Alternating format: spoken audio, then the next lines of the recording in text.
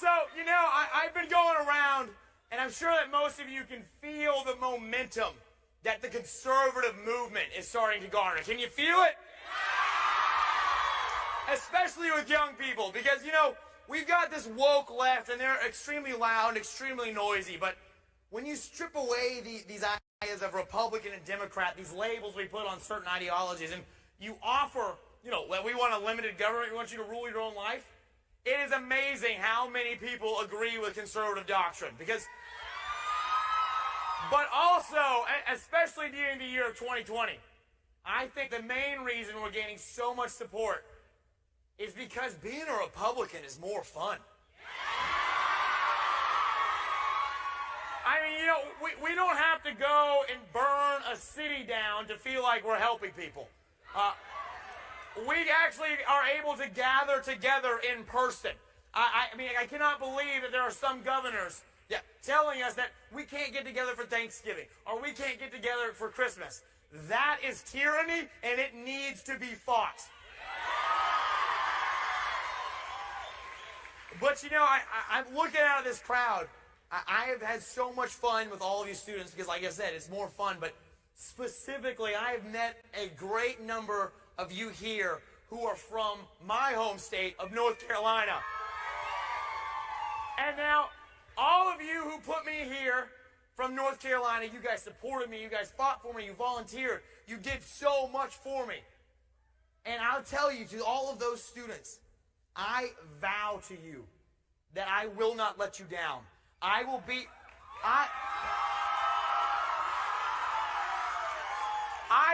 your weapon in Washington, D.C. Someone who will not back down. And, I had a lot of people asking me, well, when you get to Washington, you being so young, do you think they're gonna make you bend? They're gonna push you a certain way, make you more liberal, make you less conservative? I would just look at them and say, well, I don't think they're gonna bend, because first of all, we need some Republicans with some backbone, and my backbone is reinforced with titanium, so we're ready to fight. But the main reason that it's more fun to be a Republican, because we can go to bed tonight knowing that we are actively helping to create a better society for our friends, for our neighbors, for people who don't look like us, don't believe like us. We want all of them to have freedom. And being a Republican is more fun because it is the moral, the right, and the courageous thing to be. And so, I had this cool speech written. I was going to pop a wheelie and be really fun. It was going to be a lot of fun talking about... You want one more? We can do one more. There we go. But talking about being a Republican, I was working on this speech last night, and I got to this point, and I was saying, being a Republican is the moral, the right, and the just thing to do. And I was thinking to myself, in my heart of hearts, I know that there's something that I need to do. I know that there's something that is the right thing to do. But it's not a good move for my career in Washington. It's not a good move for me personally. But then I started thinking to myself, I said, wow, that is the problem. Going to Washington is not a career. It is a mission that you are called to. And I see a lot of great North Carolina supporters right here. And just as I said, I vow to you that I will go to Washington to fight for you, to do the right thing, I realize that it is incumbent upon me to do what is right. And so I'm going to alter my speech quite a bit, and I know my comms team and all my advisors are probably freaking out right now. But my friends, I've been studying our Constitution, and when you look at it, it says that state legislators are the only body that can change election law within their own states. But when you look at what's happened in a lot of these liberal swing states that have liberal governors and liberal secretaries of state, you can see that they have broken the law and gone against our Constitution with this election. And so, because of that, on January 6th, as the people of Western North Carolina sent me to Washington to do a job, I will be contesting the election.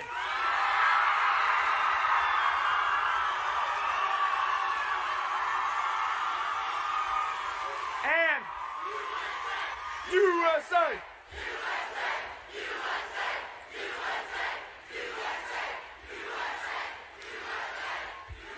And not only that, I have a message, and I don't know exactly which camera's doing it, but I'm going to look straight into that camera. I have a message for all other Republicans across the country. If you are not on the record calling for fair, free, and just elections now and in the future, I will come to your district and I will fund a primary opponent against you. For too long, for way too long, the Republican Party has just been the party of no that has always conceded things. They've let God out of our schools. They have let socialism creep into our country. I'm telling you, when I look out into this crowd, I see the new Republican Party. And my friends, just as I said that I vow to the people of North Carolina that I will go fight for them, I am very confident that I can vow to the entire country that this next generation that you represent of conservatives that are rising up will not let this country down. Ladies and gentlemen, the fight for America is only just beginning, and I honestly feel bad for the enemies of liberty and justice because they have no idea what they just started. And so, let me see by a show of hands, how many of you are in your 20s? Yeah, all right, that's awesome. That's awesome. So I'm sure most of us in here are Gen Z. I'm the first year of it, and we're Gen free. But guys, I want to tell you a very special message.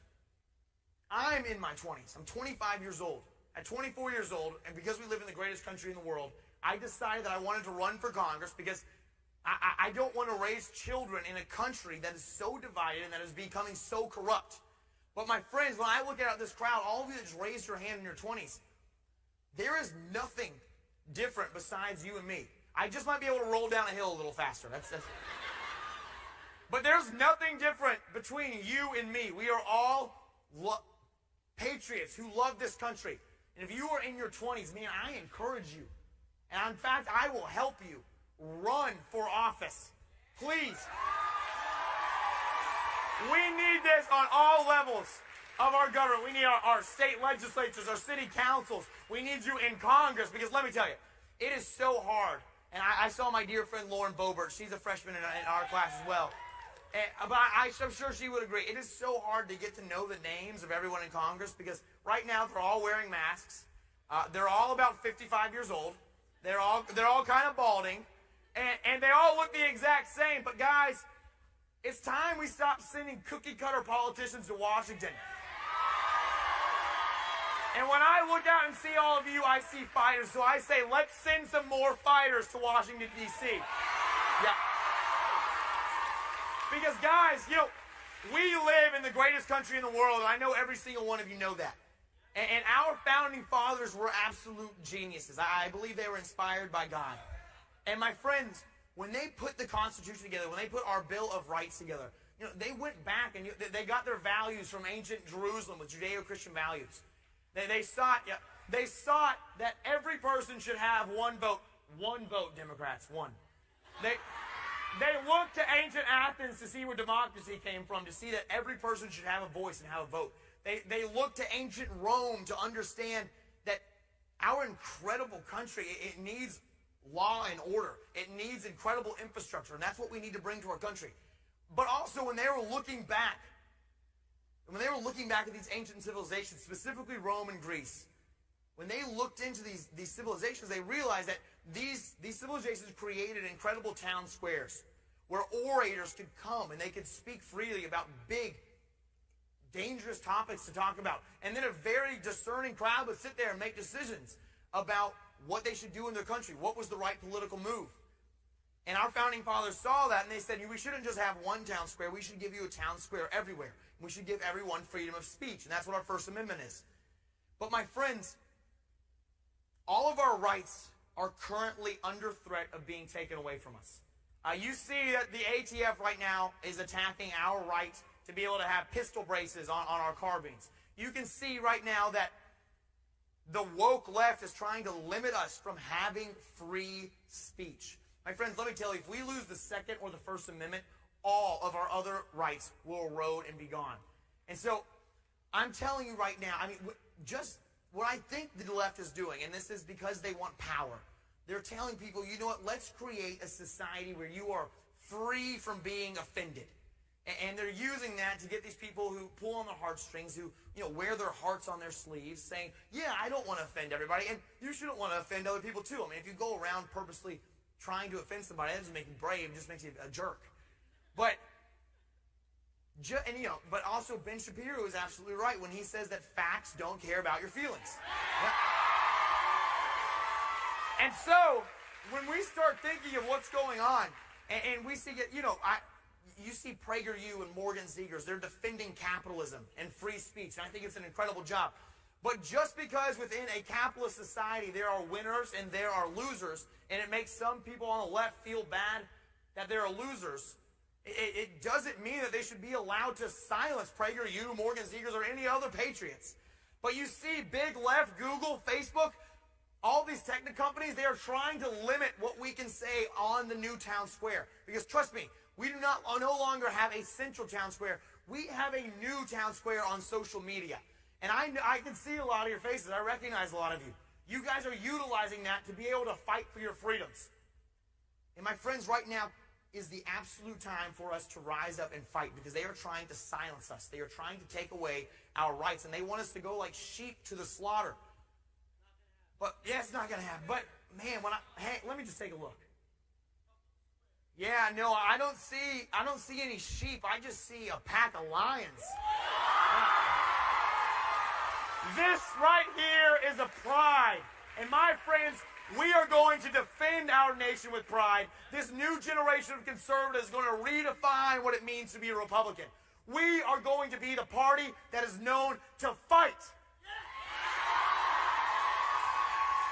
And right now, they are trying to take away, let me tell you, the #1 policy position of Democrats all across the board in state government and in national government is elections. They are trying to change the law so that they can win elections from now and into the future.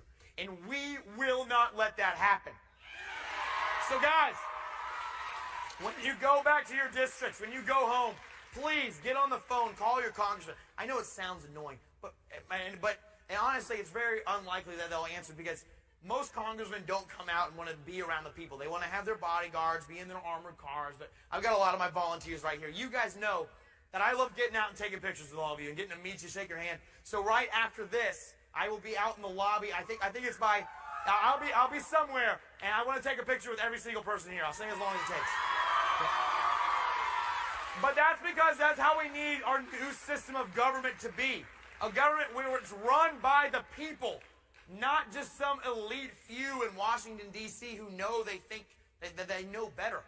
When I was just up in D.C. for orientation, and I call these guys careers. Those people have been there like 20, 30 years, which is ridiculous. Longer than most of us have been alive. Insane. This career, when I was going back home, he put his arm around me. He said, oh, hey, man, so you headed back to hang out with all those rednecks back in your district? And I looked at him and I was like, man, I am one of those rednecks. And so everybody, I'm telling you, I'm encouraging you. Please get on the phone, call your congressman, and feel free. You can lightly threaten them and say, you know what? If you don't start supporting election integrity, I'm coming after you. Madison Cawthorn's coming after you. Everybody's coming after you. And I'm not saying that these Republicans have to go and just jump straight on the Trump train. I don't want to tell them what they have to do. But I can tell you, I know we're all on the Trump train. But they just need to support election integrity. We need a new system. We don't have 50 little elections going on in every single state. It needs to be nationalized where we can handle it perfectly and make sure that they will not steal another election from us. And so please, call your congressman, encourage them to do that. And then my voter ID, amen. Great call. And so guys, I just want to leave you with one final note. And as I'm sitting here, amen, as I'm sitting here with all of you, I want to tell you about, and I know we've said a lot of funny stuff. We've done the wheelies. It's been fun. But I want to tell you, I think it will most likely hurt my career in a lot of ways because I'm going to push for election integrity and go attack a lot of these Republicans who are soft and weak and don't actually fight. Sold out, amen. And get rid of the cowards. That should be a hashtag. And it's going to hurt my career to do that. There's no doubt about that. But my friends, thank you. Yeah, thanks. But my friends, I'm telling you, nobody remembers the people that chose not to sign the Declaration of Independence. And I'm telling you, I believe that right now we are in an environment that is extremely similar to 1776. You got Governor Cuomo, Governor Gavin Newsom. You've got, and these guys are participating in tyranny, and it's terrible. And so although it might be the polite thing to do, the politically correct thing to do is to sit on the sidelines and not go out, hey man, is not go out and tell everybody what they can, to tell them that they need to vote for election integrity. Remember this. We were not created with a spirit of fear. And just as the Bible says in Esther, and you don't have to be a Christian to understand this. I think this is a tenet that applies to everybody. I believe that all of us in this room were born for such a time as this. Yeah. I used to go around, and I was homeschooled growing up, and so and so obviously, I could kind of define what I wanted to do in history class. It was great. So I was always like, Mom, tell me battle history. I want to learn warfare. I want to know what the Romans did. What did Alexander the Great do? What happened in World War II? All these cool things as a little boy would want to know. And I always asked God, I said, God, you gave me this spirit when I want to go be on a battlefield, where I want to go defend the rights and liberties of everyone around me. But you know what? You look back, and we are in the greatest period of peace and prosperity the world's ever known after World War II. And I would always ask God, God, why did you give me this spirit? Why did you give me this desire to go and fight? And as I look into all of your eyes, I see people who are hungry, who are ready to fight. And my friends, I will tell you, I believe the reason that God put all of us in this same generation is because we were born for such a time as this, and it's time for us to rise up and fight. Yeah. So my friends, remember, you might lose a certain number of friends. Does anybody know who Will Witt is? Yeah. Love that guy, yeah. So I was having dinner with him last night, and he was talking about how people come up to him and say, yeah, you know what, they'll lose friends if they come out as Republicans and conservatives. We're not Republicans, we're conservatives. They come out and they'll lose friends, they'll get canceled, all of these things. Those are not friends you want to have. And let me tell you, if you start getting attacked, if you start getting canceled, man, come hang out with me, because I'll be your friend. Because right now, it is a time to stand up to fight. It is a time to fight for our country. Nobody else is going to do it. Remember, when the establishment tells you in 2022, 2024, when you're running for Congress or whatever positions you're running for, and I am supporting you, when the establishment tells you you need to wait, this is the last thing I'm going to leave you with. You need to wait in line. You need to wait your turn. Literally do this. Raise your arms, look around, and say, who the hell are we in line behind? Because whoever we're in line behind is not doing a good job. And I want to inherit a country I am proud of, not one that is burned to the ground. Yep. So, my friends, let's all go out into the world after SAS. And thank you, Charlie Kirk, for this great event. Let's all go out into the world. And let's aspire to create a country that is so great and that is so welcoming to everyone with open arms. No matter what your religion is, I don't care what your race is, as long as you love freedom and liberty, you are welcome in this party. And go out and let's make it the popular thing to do, that we're not defined as Republicans, we're not defined as Democrats, but my friends, we are defined as Americans.